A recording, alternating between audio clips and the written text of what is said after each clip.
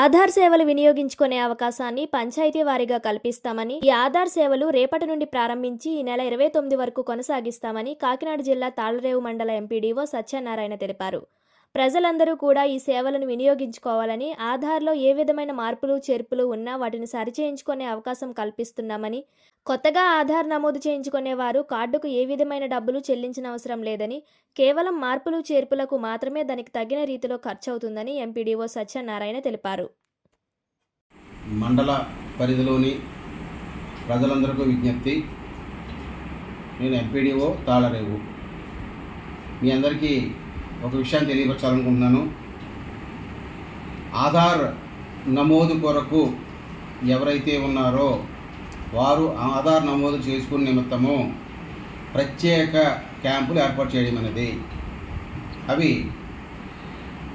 కొత్తగా ఆధార్ చేసుకోవడానికి అవకాశం ఉంటుంది, చేర్పులు మార్పులు చేసుకోవడానికి అవకాశం ఉంటుంది. గతంలో చేయించుకుని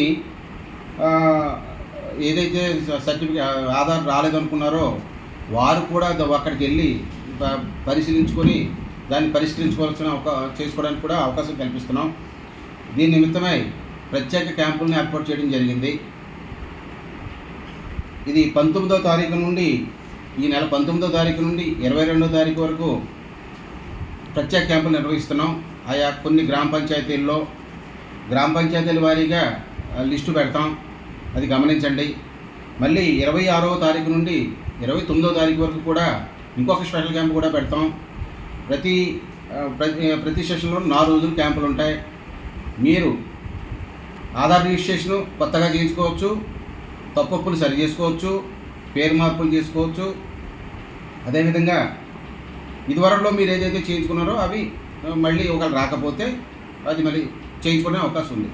అందుచేత తాళ్లరేవు మండలంలో ఉన్నటువంటి ప్రజలందరూ కూడా గమనించి మేము ఏదైతే ప్రత్యేక క్యాంపులు ఏర్పాటు చేస్తున్నామో ఆయా గ్రామ సచివాలయాల దగ్గరికి వెళ్ళి సంబంధిత డాక్యుమెంట్స్ పట్టుకుని వెళ్ళి మీరు ఆధార్ నమోదు చేయించుకోవాల్సిందిగా కోరుతున్నాను.